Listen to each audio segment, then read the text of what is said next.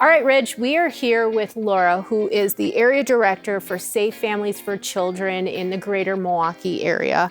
And Laura, can you give us a little bit about your mission and your goal for Safe Families? Our mission is simple.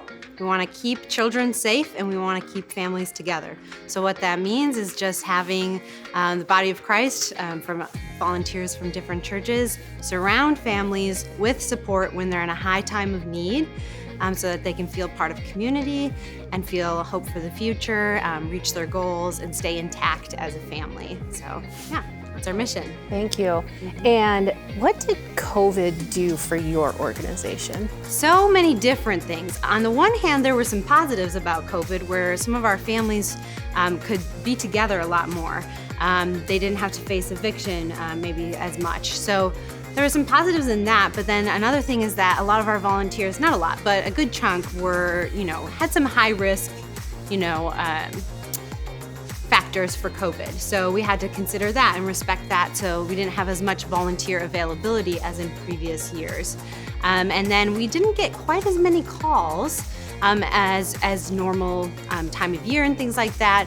Parents were, one, they were able to be home with their kids, or two, just a little more afraid to reach out for help during that time. So that was definitely some of the things we saw, and we did a few adaptations. We did something called Virtual Family Friend, keeping things more virtual. And any of our hosting families who had to host kids during that time then got to tackle virtual learning. So that was fun. I personally had to try at that. But yeah, it was all different things in the end that COVID meant to us. But we definitely trialed a few things and got through it, so yeah. Here at the Ridge, we really challenge our people, Acts 20:35, where it's more blessed to give than it is to receive. And every year we ask our partners, okay, dream big, think big. What is something that is maybe more of a want, but kind of approaching that need area? And this year, Safe Families for Children needs or wants what? Well, our big, star in the sky goal could be a van, because truly our need is for transportation. So we've added 2 events a month at a bare minimum that we have now that are more community oriented. We have our parent advisory committee and our Friday night community nights. And transportation is a big need. And a lot of times we're just pulling all the pieces together and nearly losing our minds.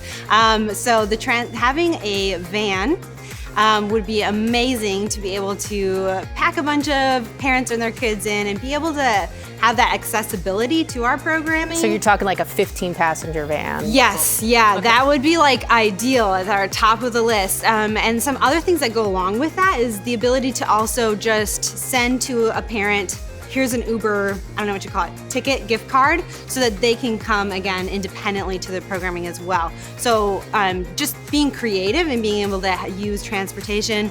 A lot of our parents also move to new housing. It's very exciting. They get an apartment finally, and they don't have the money for a rental truck or to move their things, and they have to leave their items behind. In the past, were you guys paying for that? We have, yeah, we have. Or our staff personally or volunteers personally are paying for it. So there's a lot of creative ways that we could use a van. I want to just get a van where we can slap our Safe Families logo and make it all beautiful so that it's a rolling advertisement and to get the word out about Safe Families as well. So that's our big dream. All right, well, if you guys are looking to make an impact with Safe Families for Children, we are looking to raise enough to get them a van. Mm-hmm.